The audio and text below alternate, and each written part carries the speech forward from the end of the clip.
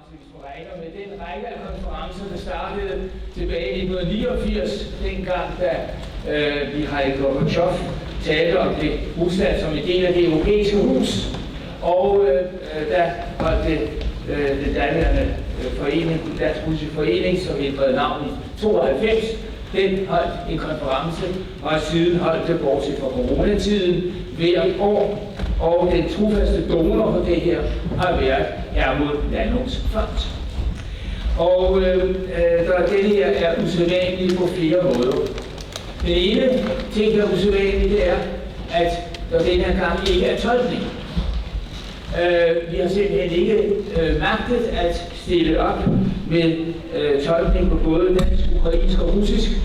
Og derfor så vil en del af denne konference foregå på engelsk. Det er den første del frem til pausen, og resten af det vil foregå på dansk. Og det må vi meget undskylde, at det er sådan, men det er meget usædvanligt i denne her situation, og præget af, at vi er nødt til at improvisere på nogle punkter. Programmet her er dog forhåbentlig uden improvisationer, og jeg vil nu slå over i engelsk, fordi den første del af programmet altså vil være med engelsksproglige indlæg. Jeg håber, at alle har fået et program. Der ligger programmer heroppe. Og når jeg ligesom tager udgangspunkt det der med Hermod Lannung, så er det jo fordi Hermod Lannung, som var en stor menneskerettighedsforkæmper, og han giftede sig aldrig, han efterlod sin formue til en fond, som jo altså blandt andet har finansieret Ruslandskonferencen og en række andre ting. FN-forbundet som et andet arrangørerne her har også nyt godt af Lannungsfonden, også den Danske Helsinki-Komitè for Menneskerettigheder, som jeg også repræsenterer her. Og så er der det Østersø NGO Netværk, det der står som Baltic NGO Netværk. Det startede det års herrepartner omkring den her konference, og det startede omkring år 2000. Og det var, da pludselig jerntæppet forsvandt i Østersøen, og man fik et samlet Østersø, og man kunne udvide det nordiske samarbejde, som også var noget af det, der lå Hermod Lannung bag der, til et virkelig Østersø-samarbejde. Så det er også fire. Ja, men nu kommer den israelske ambassadør.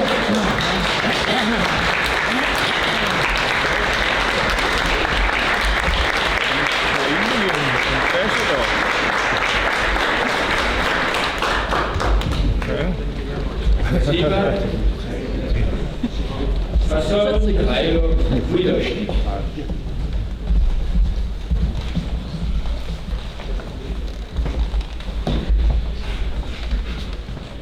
After having greeting His Excellency, the Ambassador to Copenhagen from Ukraine, I will give the word to Lidegaard from another organization or political party in which Hermod Lannung was active in many years as a member of parliament, as a member of the City Council of Copenhagen, and in many other respects. And Lidegaard is the chairman of the Danish Parliament's Foreign Policy Committee, and at the same time belonging to the same political party as Hermod Lannung, the Social Liberal Party, which in Danish is called the Radical Left Party. Lidegaard, thank you. I will give you my pleasure. Thank you for the initiative and thank you for the invitation. I'm pleased and honored to host the conference today on behalf of the Danish Parliament. Of course, we had a discussion after the 24th of February whether it had a meaning to actually proceed and make this conference despite the tragic situation in Ukraine. And the reason why we concluded that it would make definitely a lot of sense is twofold. maybe you could say threefold. First of all, the organizations behind choose also to make this a manifest signal of solidarity with Ukraine and the Ukrainian people in this tragic moment. Secondly, we also manifest today that it's not the Russian people which is our enemy, it's the Russian regime, which have made themselves the enemy, not only, as I see it, to Ukraine, but also to their own people, because what is happening today is mostly damaging Ukraine and Ukraine's future, but it's also heavily damaging the future for Russia. Finally, when you experience historical weeks as we do today, where the whole architecture of European security changes within few days and weeks, you also have a responsibility to try to think where will this end, where should this end, how will we try to build a comprehensive, peaceful, sustainable Europe after this. And if there's any good thing to say about the present situation, it is that we also have now the chance to rethink some of our mistakes and to try to create a new world order which will provide the opportunity for things like this not to happen. So that's why we are here today, ladies and gentlemen, and why I'm pleased to be here. It is busy times in the Parliament, especially in my committee, so I will be on and out, unfortunately, and not able to hear all the good things, but I have people in the room who will bring me the minutes, and I will see you after lunch for some of the discussions. I hope we will have a fruitful and good day together. Thank you.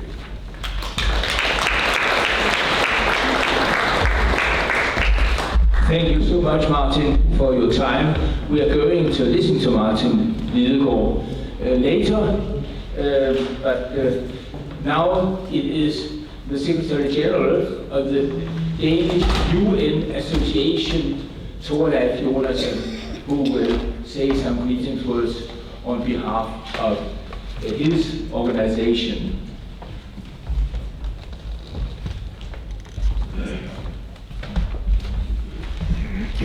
Ambassador, host, Martin, parliamentarians, speakers, co-organizers, participants, I am very sorry to be here with you today, because I am very sorry for the reason for today's program. The Danish UN Association and the World Federation of UN Associations express our grave concern over the escalation of the conflict in Ukraine, which has led to a violation of its territorial integrity and political independence, and marks a clear rejection of the steps outlined in Chapter 6 of the United Nations Charter for resolving disputes peacefully. We also deplore the civilian casualties in all parts of Ukraine and express our solidarity with the Ukrainian government and people who are resisting the invasion of the country by the Russian Federation. We support and join the global peaceful protests that are voicing their opposition to the war. At the end of the last World War, the permanent members of the UN Security Council were thought to be the only ones capable of maintaining world peace and insisted on the veto power to buttress their role as guardians of peace and security. However, because of this privilege, a permanent member has a special responsibility to uphold the basic principles the UN was founded on.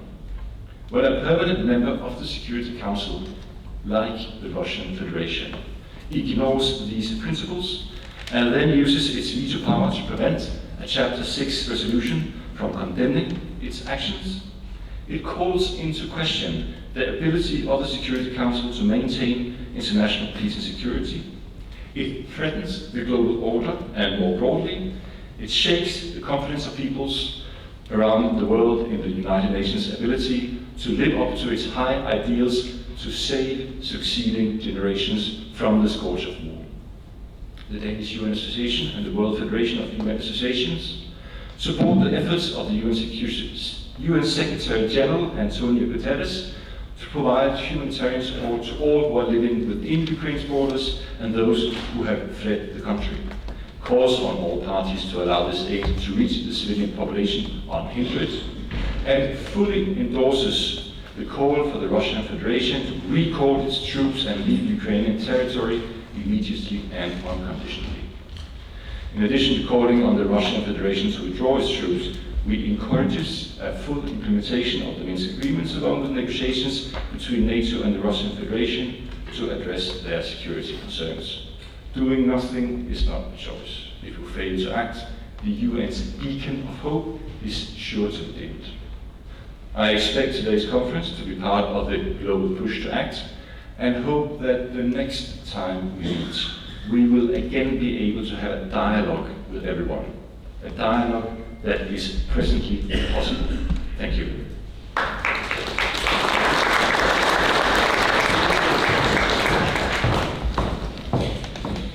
Thank you, Torleif. I should mention that the original title of this conference was Denmark, Russia, and the UN goals or targets for cooperation, the 17 numbers. That should have been the theme. And hopefully it will be possible in the future to have that original title again, but not at present. Thank you, Torleif, for your important words. And then I have the honor to give the word to His Excellent Pastor Mykhailo Vydoinik, who is the ambassador in Copenhagen for the Republic of Ukraine.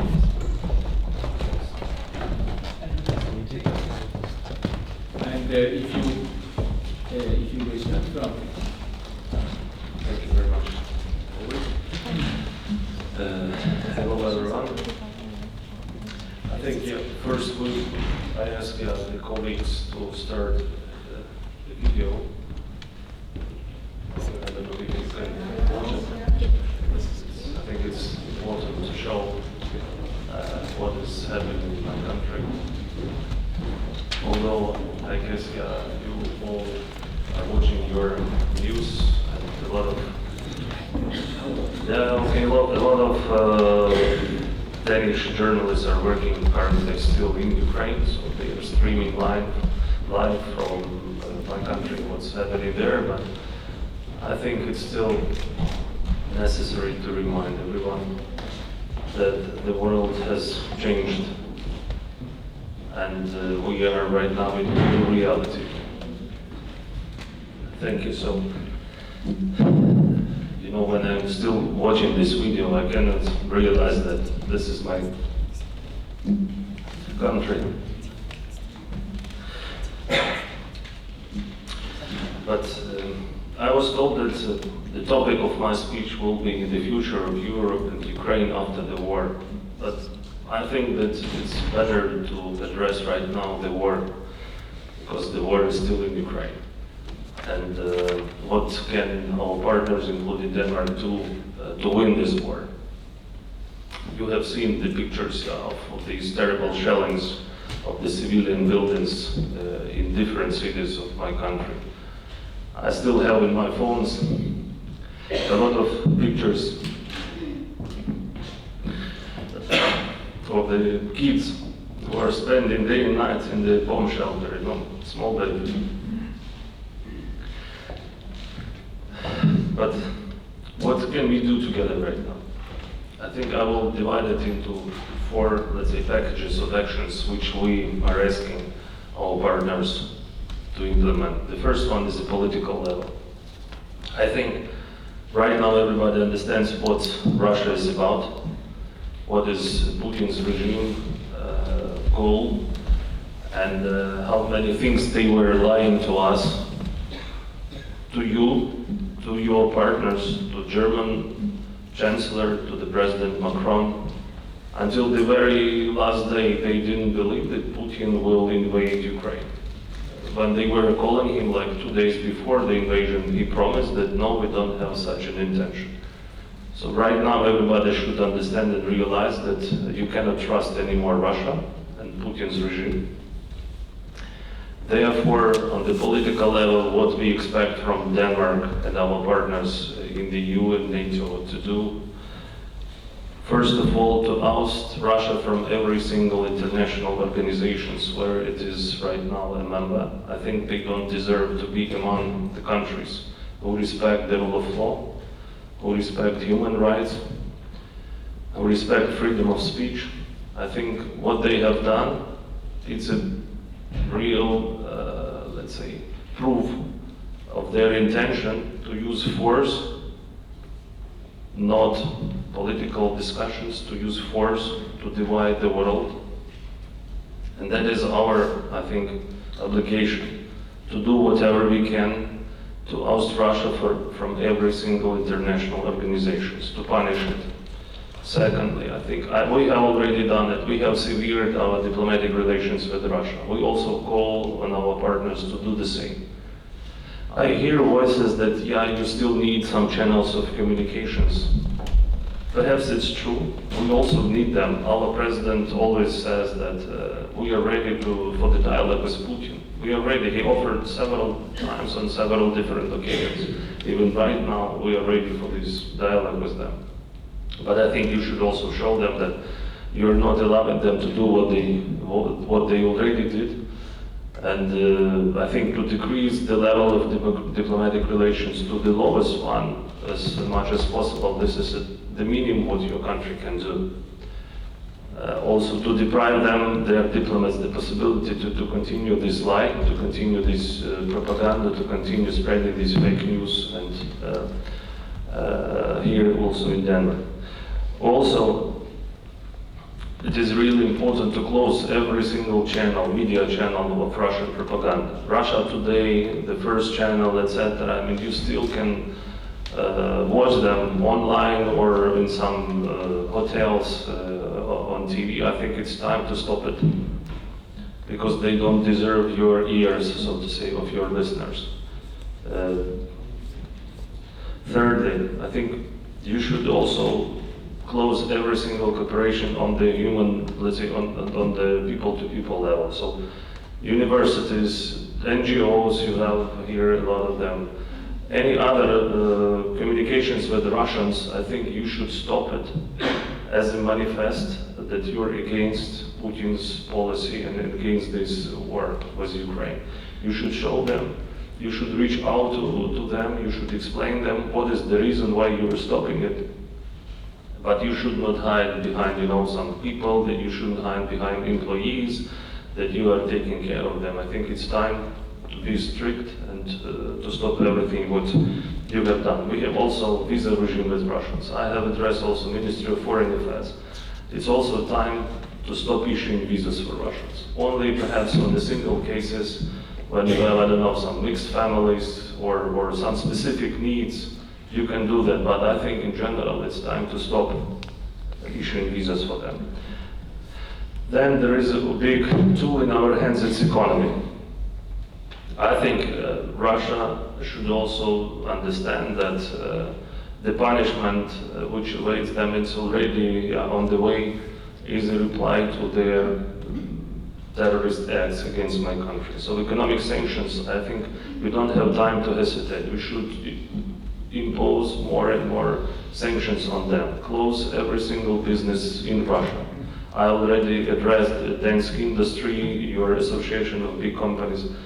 Personally, privately addressed the owners of the companies. Stop any single business there. Just wanted to remind you that the war in Ukraine started not right now, but 8 years ago. And they had plenty of time to decide where they are, on which side, to continue doing business with Russia or to withdraw from Russia. They had 8 years. Even when I spoke with your EKF, this is Export Credit Fund, a special fund which is ensuring, let's say, political risks for the business circles.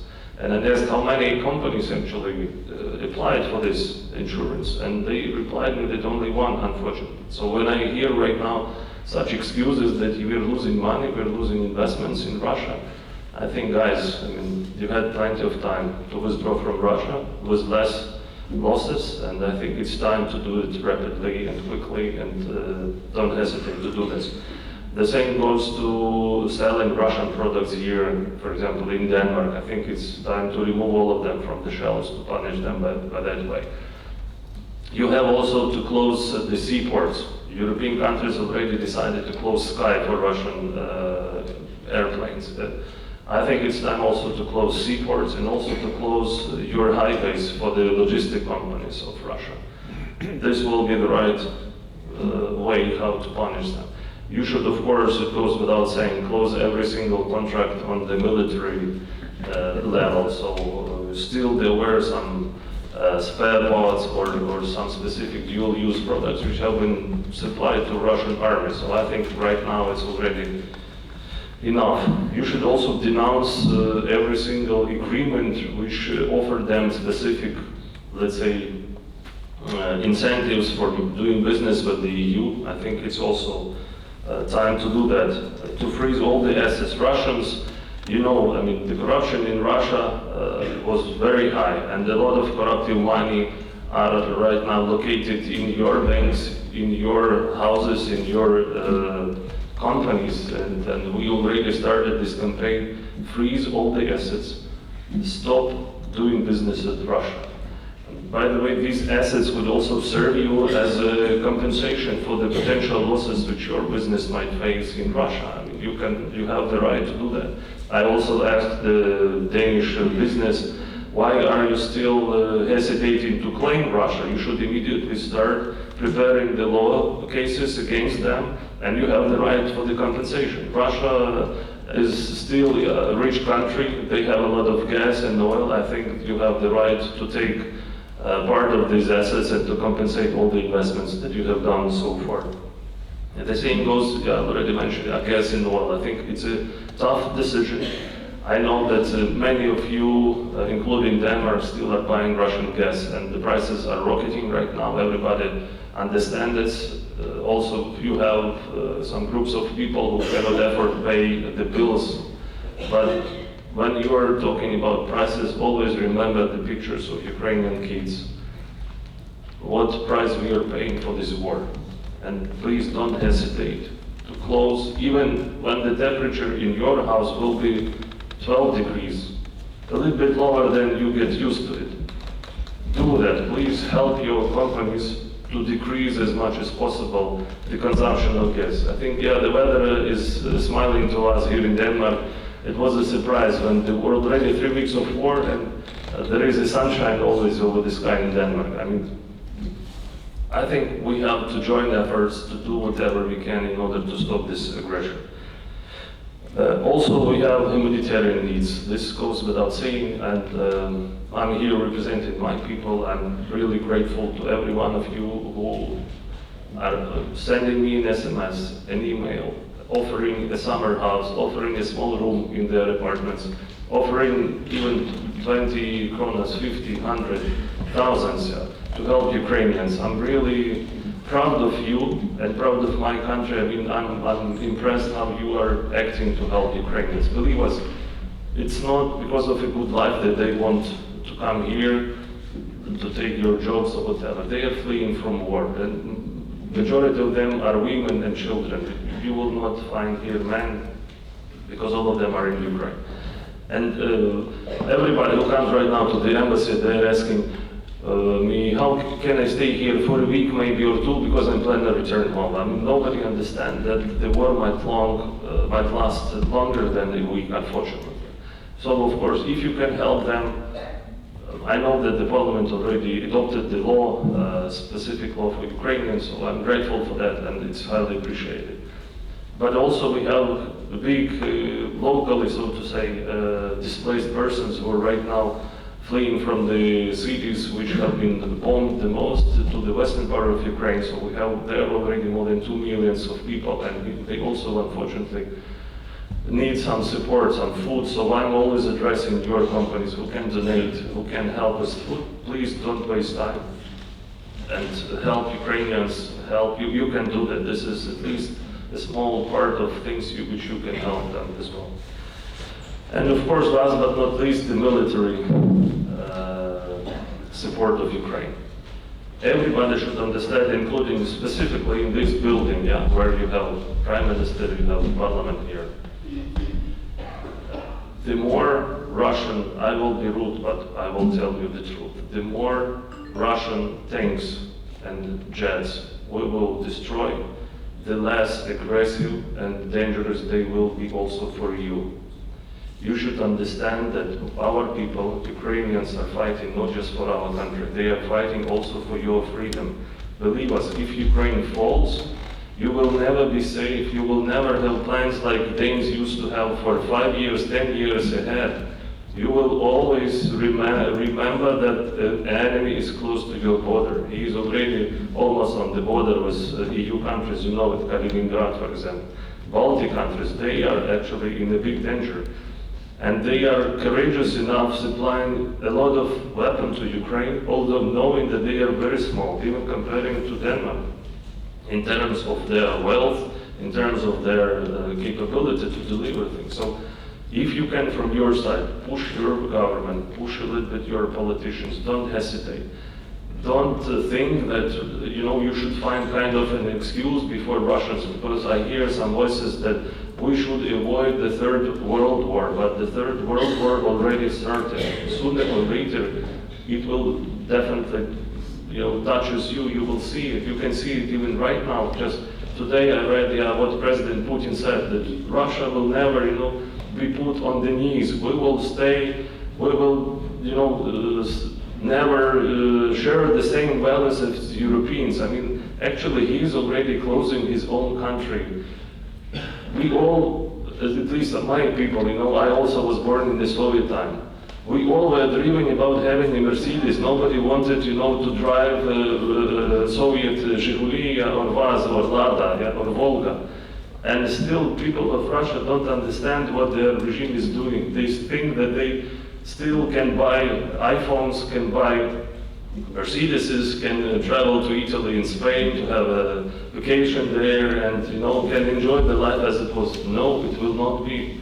They should understand that this is because not of you, that you are an evil for them, that this is because of their regime who did this to them, to their population. So, once again, if you can help us with the military means, if you don't have something in your possession, maybe you can help us financially. We know the countries which can sell us things and can support us at these horrible times. So our main goal, I think joint goal, is to stop this war as soon as possible. This is my request to you, and use every single tool which is in our hands to do that as quick as possible. So many thanks, apologize for a long speech, but I think this is what I wanted to deliver to you. Thank you.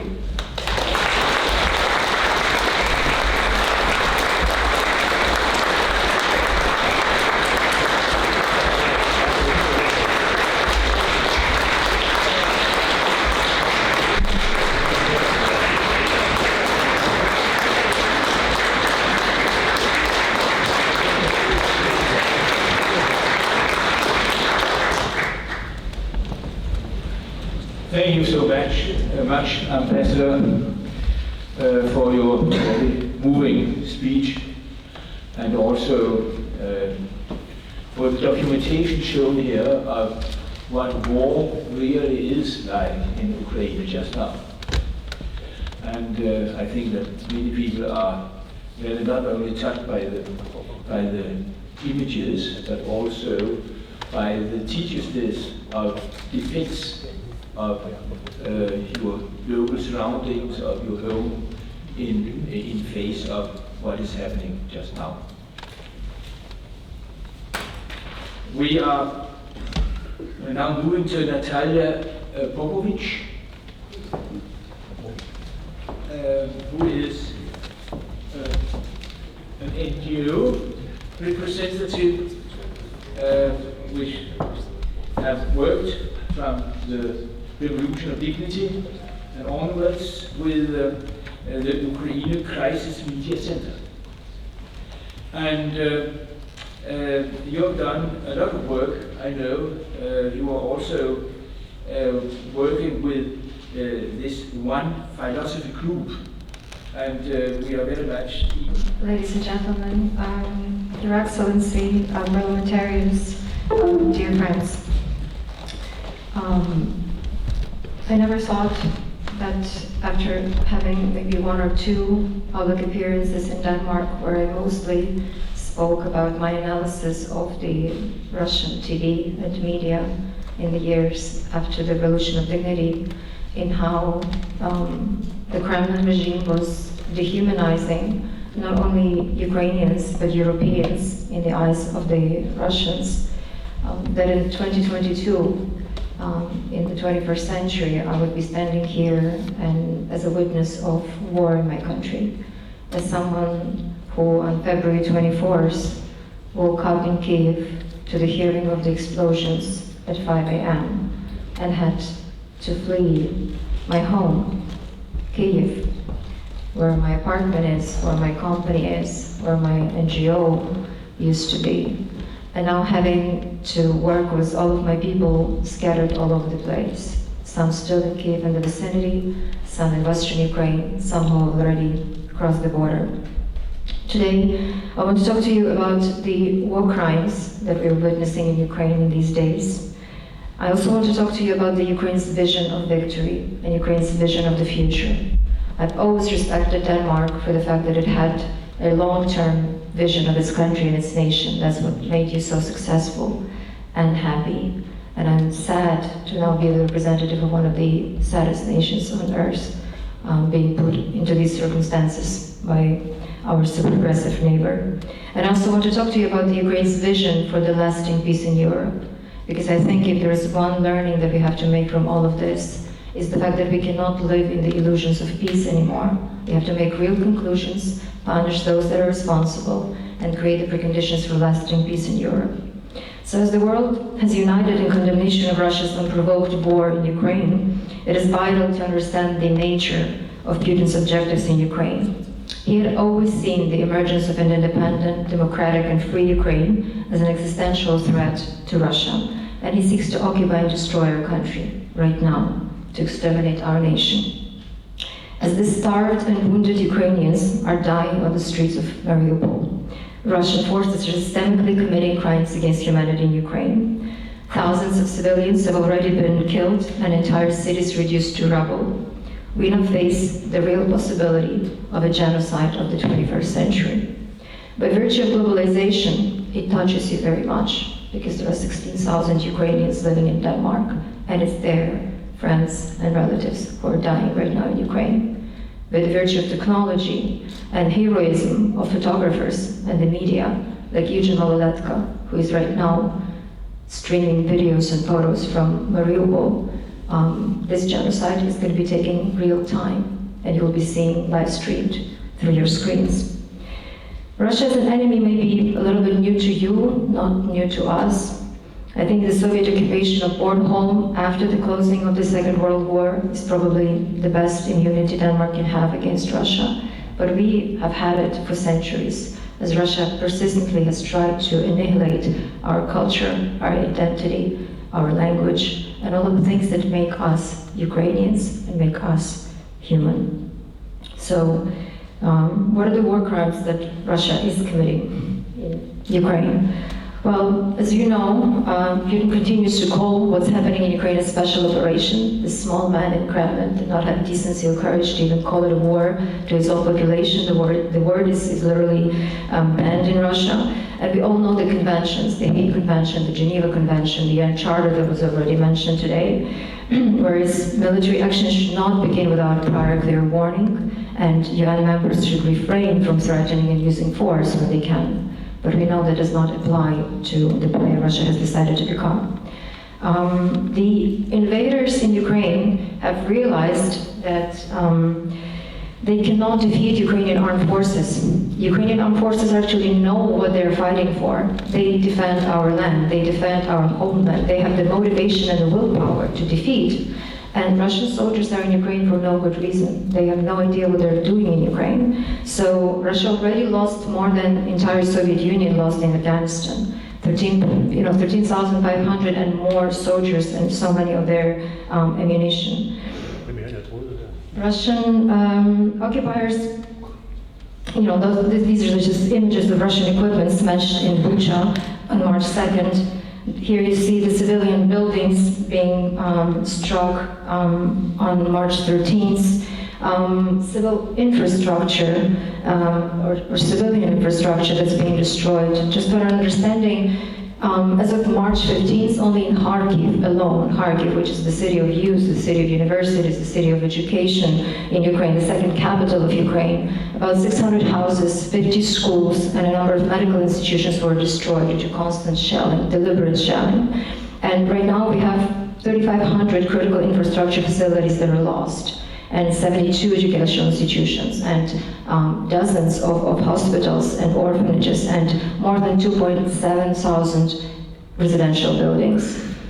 As you know, according to Geneva Conventions, the parties should distinguish between civilians and combatants, as well as civilian military installations, and direct their actions only against military installations. Well, that does not work for Russia. So the missiles are hitting the houses.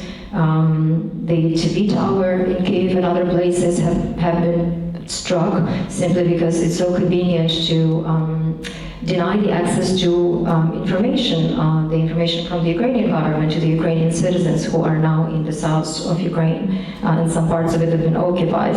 Here you can see the Kharkiv central square after the shelling, no military infrastructure around it, purely residential or office buildings. Residential complexes in Borodyanka, and that's like the beginning of the war, March 1st. The attitudes towards civilians, I think it's important, because we all know that according to all civilized frameworks, violence against life of a person, including all forms of murder, mutilation, ill treatment, and torture, is prohibited above the civilians. But since the beginning of full-scale war, 101 child died in Ukraine, and another 100 are wounded. And there are several thousand civilians that already lost their lives. And these are the young parents that are trying to save their 18-month-old son, who is going to die in a few seconds in Mariupol hospital, because the doctors crying over him are not going to be able to save him. And people in Kharkiv are hiding from shelling. Actually, in some of the places where there are bomb shelters, people have been living for 20 days already there. Like in Kyiv Metro, there are thousands of people who have lived there. Babies were born there. Mothers have delivered babies to the world in the bomb shelters.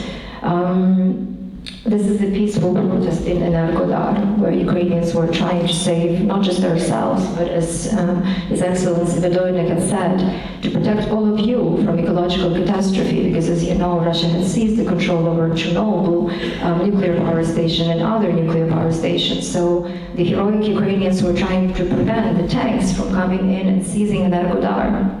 Well, they started shooting at them. In Mariupol, where Russian invaders are raging, the dead are being put into mass graves. This is 2022, ladies and gentlemen. Due to hostilities, 34 hospitals were shut down within 11 days. Today we have numerous more who have been destroyed. Destroyed medical facilities, buildings, broken utilities, no water supply, no electricity. Yesterday in Mariupol, they were saying that if these babies are not put on oxygen, they will die. They're still breathing today, but they will die tomorrow. And I think it will be our joint responsibility that happens. Geneva Convention for the Protection of Civilian Persons in Times of War says that hospitals and cannot be attacked under any circumstances. They are always respected by the parties. But that would work if we were talking to a civilized country, but we're not anymore. So you see destroyed hospitals in the Izum, Kharkiv region, and Zaporizhia region. You see here rescuers help a woman in labor after shelling at maternity hospital in Mariupol. However, the young woman and her unborn child did not survive. There are other instances of pure violation of all of the civilized frameworks of the United Nations and others, like mobilization. The fact that during 8 years of mobilization, Russia recruited residents of the occupied Crimea and Donbass. And before the start of the full-scale war, they began a general mobilization and sent locals to fight in Ukraine and the Russian army. And then also, we know, I'm not going to show you the faces of prisoners of war. We have plenty of them. Ukrainians are a civilized nation. We give them tea. We ask them why they've done what they've done, and they don't have any answers. And rest assured that they're given and being treated with dignity. They all have come to fight Ukraine for no good reason.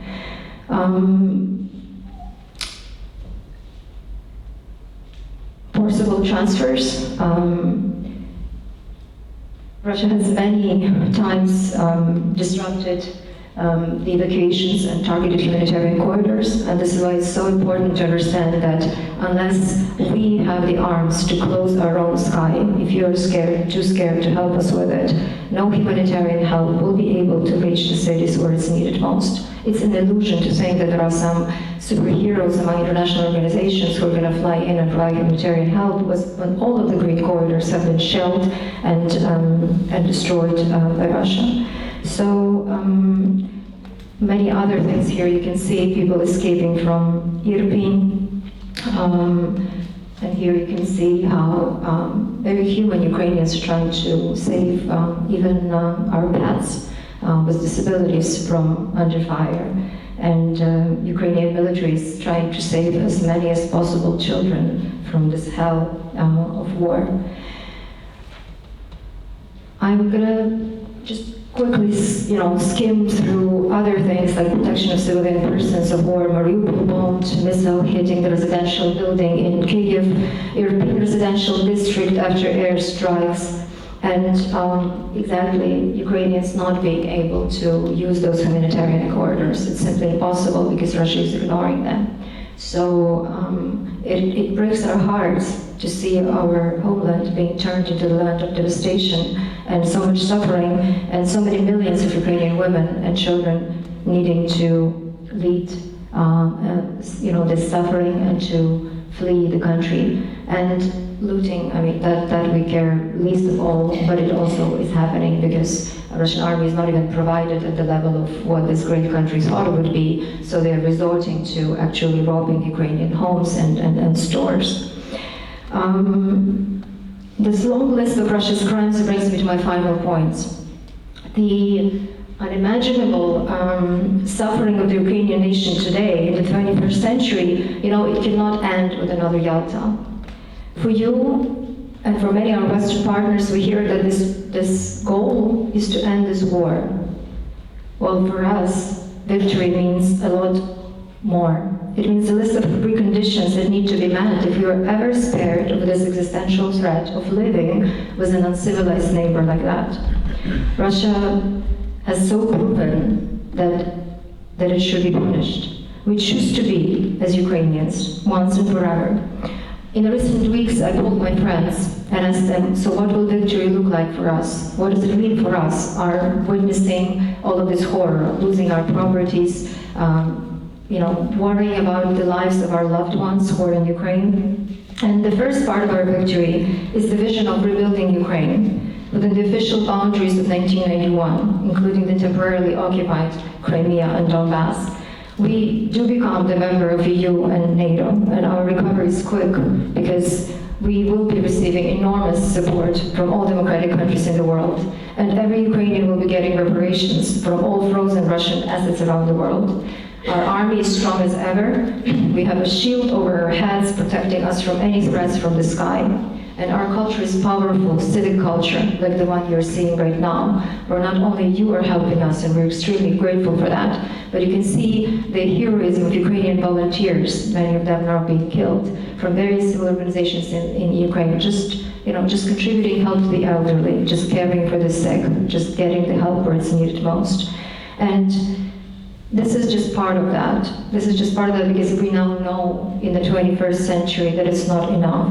And the second part of our vision of victory is to create preconditions for lasting peace. And this means doing what you all know Harari wrote when he described Ukrainians. We are now in this war so that there are no more Putins in this world, that there are no more Russians of this version that they exhibit right now in the world. So Russia can never again behave, it was behaving for several centuries of its meager existence. In just the 2 first weeks of this murderous campaign, the United Nations Rights Council and the ICC announced that they would open an inquiry and official investigation respectively into the alleged atrocities committed as cracked armaments pounded civilian infrastructure and residences in cities like Kharkiv and Mariupol. But justice, will be incomplete if these inquiries are not connected with the dots of Russia's previous crimes in Chechnya, in Syria, and elsewhere. If Russia is to be, has been stopped after Grozny, if you had all acted a little bit more decisively after Grozny, would Putin have unleashed brutal force in Aleppo? And had the world collectively held Putin and Kremlin regime and Russia accountable for their military abuses in Syria, would Russia have felt emboldened enough now to bomb cities like Mariupol? Ukraine's victory means not just full-fledged peace on terms acceptable to Ukrainians, but the disappearance of the constant threat from Russia to Ukraine's existence. We will not stop until historical justice arrives, and no dialogue can be possible until that justice happens, until the evil empire is condemned and punished forever. So our victory will be incomplete without trial, not in The Hague and not in Nuremberg, but in Mariupol or in Kiev, against all those responsible, the top leadership of Russia and Belarus, and all collaborators, business, media, intellectuals, all should be tried, because media celebrities in Russia for years have been sowing hatred towards Ukrainians and Europeans in the hearts of Russians, and they were getting awards for it. They were enjoying it. They were doing it and continue to be doing it till now. Russian intellectuals and opinion leaders not only did not have the courage to stand up to that regime, but also advised how to become even more influential. Russian businessmen who worked within this kleptocratic regime that we all knew about, all of the loopholes in the financial systems, all of the loopholes in the economic systems, they all financed the rise of the army that is now killing civilian population, women, children, elderly, nurses, teachers. So what awaits Russia itself? Well, I prefer the plan we call 7D, because our victory will be irreversible only if the world finally defeats Russia, and it will undergo fundamental changes. It's a long process which calls for demilitarization, denuclearization, decentralization, democratization, denazification, decommunization, de-Stalinization, and de-Putinization. Unfortunately, till today, very few understand the depth of the problem of the Russian consciousness. No wonder there's been such a heated debate in the last week that Putin is not Russia. Well, in fact, Putin is very much Russia.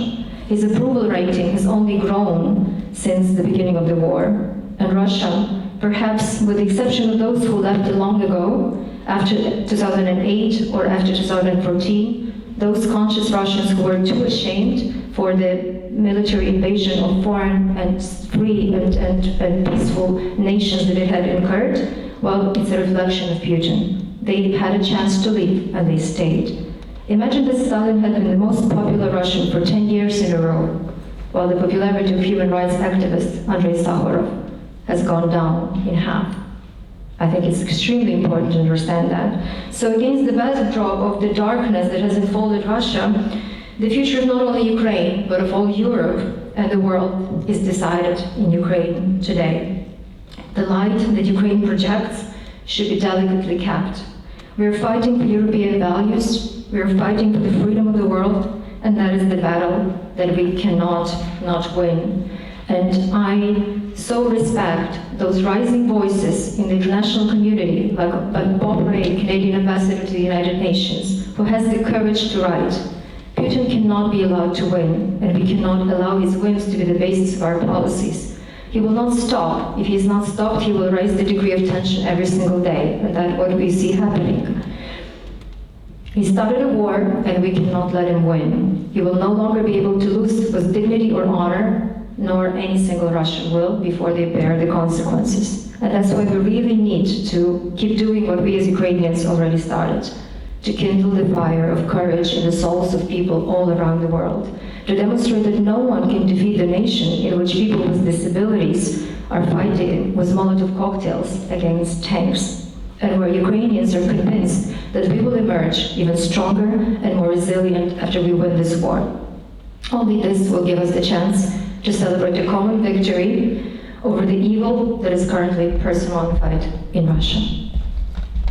More thanks to you, Nataliya, for this very strong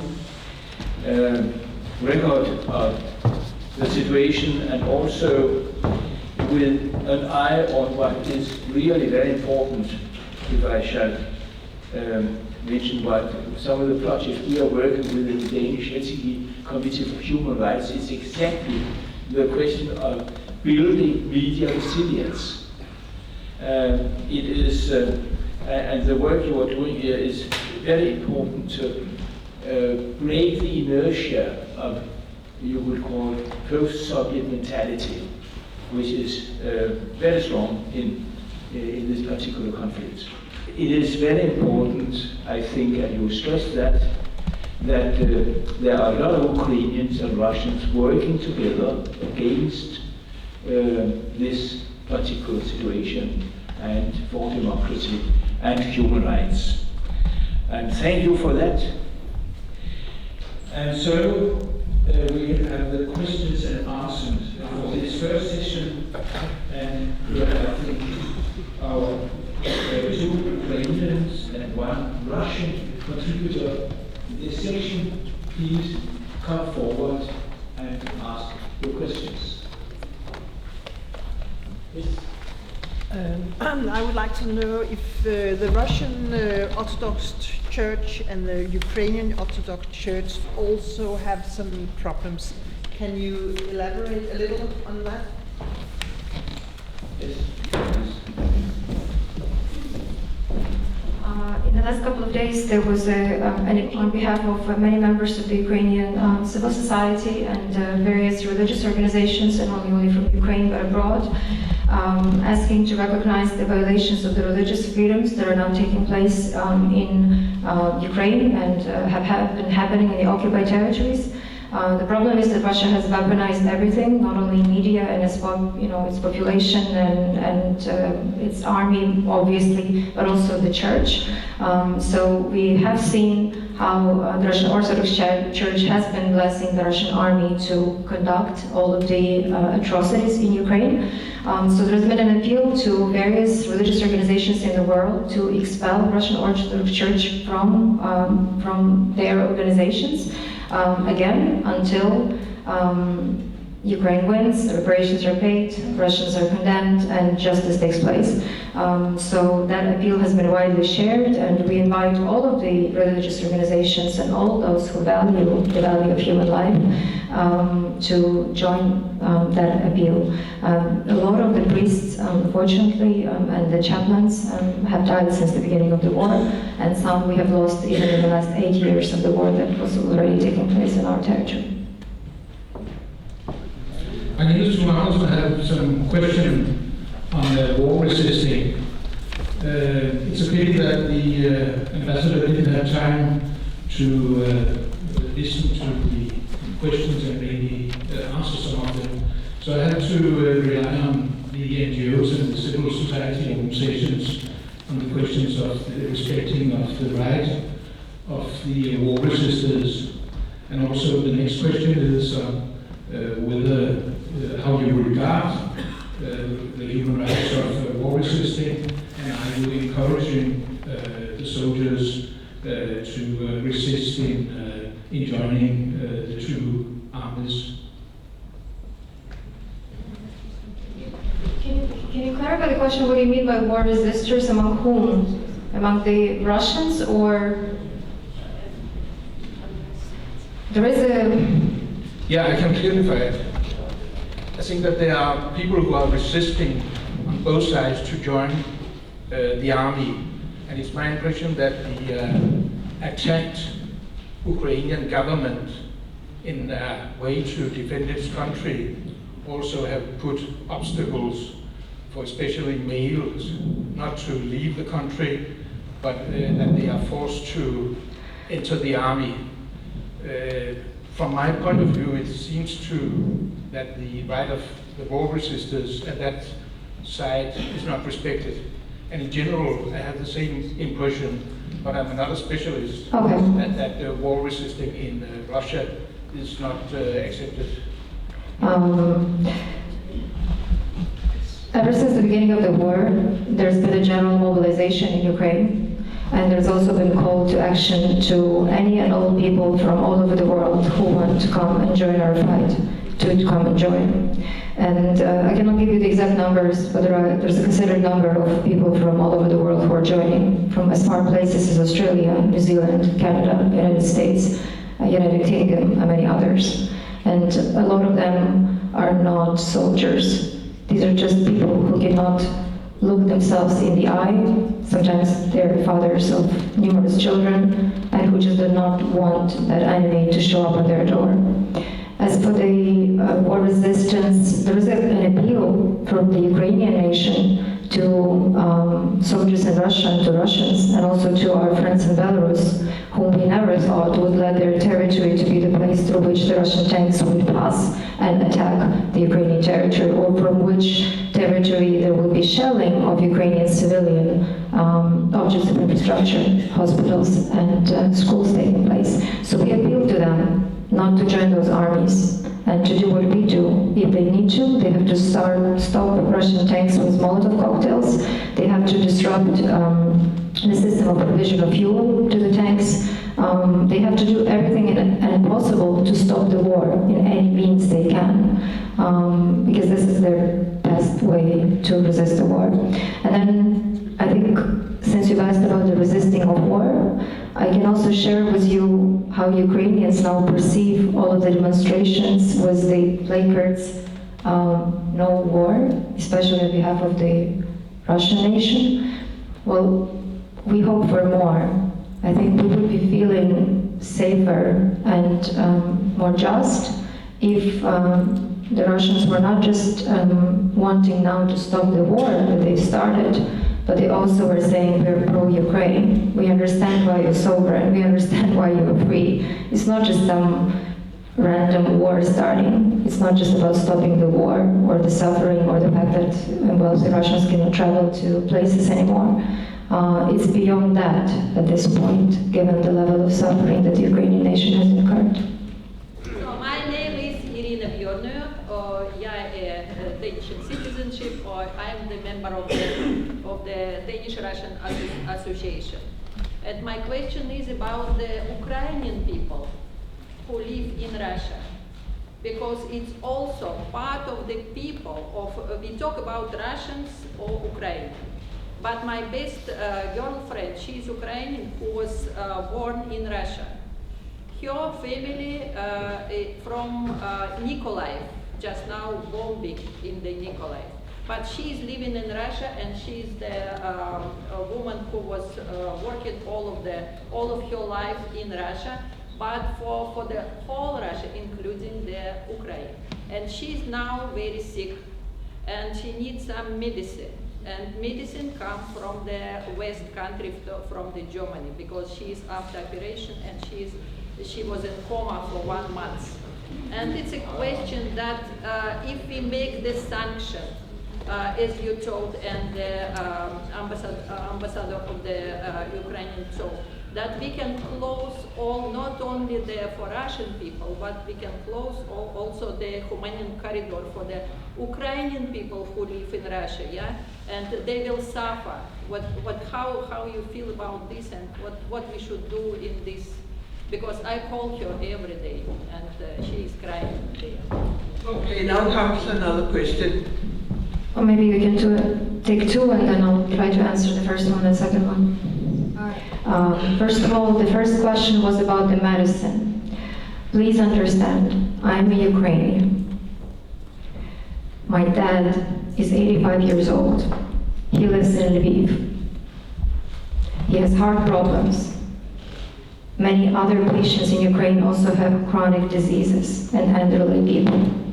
The supplies to Ukraine have been disrupted because Russian state and Russian people who have voted for Putin at minimum 4 or 5 times, who made him the lifetime leader of their nation, have attacked us and are killing civilians right and left, committing atrocities and war crimes right and left. So first of all, my heart goes out to every single Ukrainian Every single patient in Ukraine, for whom right now my team called One Health in Ukraine is organizing and trying to organize supplies so that people who are in Ukraine with everything disrupted because of war can get access to medicines. Even if you're a patient in Kyiv under siege, you can get medicines from Mariupol or Odessa under siege. And this is our priority.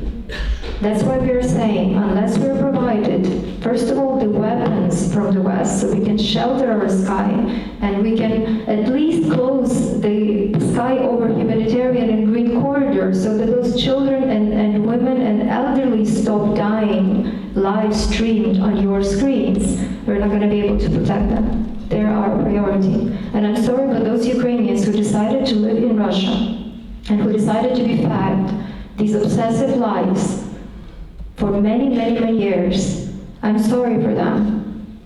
I'm really sorry for them, but I'm even more sorry for my family in the so long suffering Ukraine who cannot get access to water, electricity, not even to say medicine.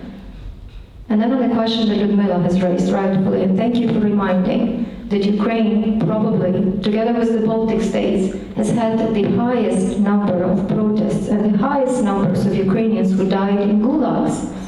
Do you know what my connection to Khabarovsk is? My dad graduated from Khabarovsk Institute for Engineering. Do you know why? Because in 1949, when my grandma was 45, my age right now, she was arrested and the whole family was sent to gulags. She was in Taishet camps. My dad, who was 16 at the time, 14 at the time, his brother, who was 17 at the time, my granddad were in Komsomolsk-na-Amur, not far from the place where Dmitry was born. Millions of Ukrainians died in gulags. We know what it is to die for our freedom. So our suggestion to the opposition of the Russian Federation right now is, you have a choice. You can join the Ukrainian armed forces. There are Russians fighting on the side of the Ukrainians. You can take up arms and show that you really are liberals, that you really are for the future of the humankind, that you really are for the freedom and human rights and dignity in the world. You have that choice. You also, and your management, can clearly state that you as the team are extremely sorry and condemn everything that Russia's done to all of the nations which it persecuted and oppressed. That Ukraine to you is a sacred, sovereign, free nation that you would never attack. I have friends in Lviv whose parents live in Vitebsk, and they think that Russia is doing the right thing. Well, I'm sorry, I don't have sympathy for that, because that needs to be punished. Because if these people are launching an outright fascist type of war in the 21st century against the Ukrainians, there have to be consequences, and only after those consequences take place, there can be anything, any sympathy or reconciliation. Thank you very much.